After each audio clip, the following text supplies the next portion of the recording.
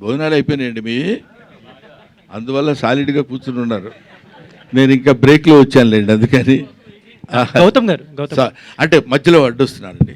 Sorry sir, ఏమనుకోవద్దు. నేను చిత్రమందిర్ నుంచి షూట్లో ఉండి వాళ్ళు బ్రేక్ ఇచ్చిన తర్వాత బయలుదేరి, పైగా ఇక్కడి నుంచి ఇక్కడికి రావడానికి 1 hour 15 minutes ఎంతో పట్టిందండి అక్కడి నుంచి రావడానికి.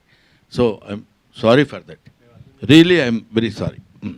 గౌతమ్ గారు, అలా సో మీ పర్ఫార్మెన్స్ చాలా బాగా నచ్చింది నాకు. అంటే ఎక్కడ చుట్టేసినట్టు అనిపించలేదు. You have done very well. అంటే ఇంత గ్యాప్ తీసుకున్న తర్వాత కూడా ఐ హ్యావ్ సీన్ అంటే ఎలా చేస్తున్నారు ఏంటంటే, చిన్నప్పుడు మేము చూసిన సినిమాలకి ఇప్పుడు మీరు చేసిన చాలా బాగా చేశారు.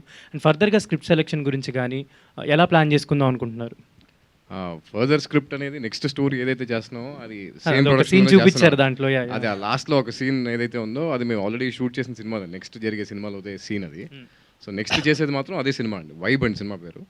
సేమ్ ఇదే ప్రొడక్షన్లో ఆల్రెడీ 45 days షూట్ చేస్తాం. ఈ 28th నుంచి మళ్ళీ యాక్షన్ డ్రామానా? అవునండి, యాక్షన్ డ్రామా. అండ్ డైరెక్టర్ గారు, ఎస్, ఇది యాక్చువల్లీ మీకు ఒక ప్రోడక్ట్, అంటే మీకు ఒక బేబీ ప్రోడక్ట్ లాంటిది కదా ఈ సినిమా. ఎన్నో కలలు కనింటారు దీని గురించి, చాలా మంచిగా తీసుకొని వచ్చారు. అండ్ రిలీజెస్ కూడా జరుగుతున్నాయి కదా, అదేమైనా కొంచెం ఏమైనా ఇంపాక్ట్ ఏమైనా చూపించింది అంటారా మన సినిమా మీద? అంటే రిలీజ్కి వెళ్ళే జనం అక్కడికి వెళ్తారు సార్, మన సినిమాకి వచ్చిన జనం మనకు వచ్చారు సార్. సో ఇంపాక్ట్ అనేది అంటే కొద్దిగా పడుండొచ్చు, బట్ బ్రహ్మానందం గారి సినిమా అంటే ఆటోమేటిక్గా దీనికి వచ్చే పుష్ అనేది వేరే ఉంటుంది. సో అంత ప్రాబ్లం అయితే కాదనుకుంటున్నాను సార్. అంత బాగానే ఉంది, కానీ దివిజయ్ గారికి అంత సీన్ లేదులేండి. బ్రహ్మానందం గారి సినిమా అనేసరికి ఆ ఇంపాక్ట్ ఉంటుంది. ఎందుకు ఉంటుందండి ఇంపాక్ట్? మరి ఆ సినిమాలే, ఈ సినిమా బాగుంటే చూస్తారు, లేకపోతే చూడరండి. మామూలు వాళ్ళు కాదు. కాకపోతే ఒక్క విషయం మనం తెలుసుకోవాల్సింది ఏంటంటే, ప్రతి వాళ్ళు తెలుసుకోవాల్సిన విషయం, దేవుడు ప్రార్థించుకోవాల్సిన విషయం కూడా ఏంటంటే, మన గొప్పవాళ్ళం అన్న విషయం మనకు తెలియకుండా ఉండాలని.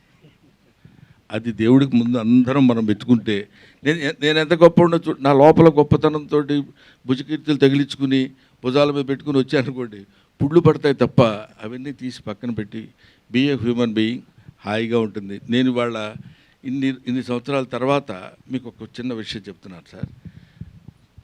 నేను sincerely square on my profession I'm telling, నాకు ఇంత ఆదరణ ఉంటుందని నేను ఎక్స్పెక్ట్ చేయలే.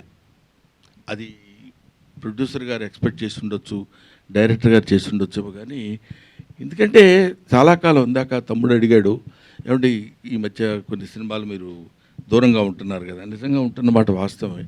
అయినా ఈ సినిమాలో స్టిల్ బ్రహ్మానందం సినిమా అనగానే వాటి సినిమాలో ఏదో కామెడీయో లేకపోతే ఇంకోటి ఉంటే చాలా కాలమైంది రావడం చూసి చూద్దాం అనుకునేటువంటి ఐడియాతోటి రావడం అనేది రియలీ ఇట్స్ మై బ్లెస్సింగ్స్. ఇప్పుడు అర్థమవుతుంది, ఓహో నెక్స్ట్.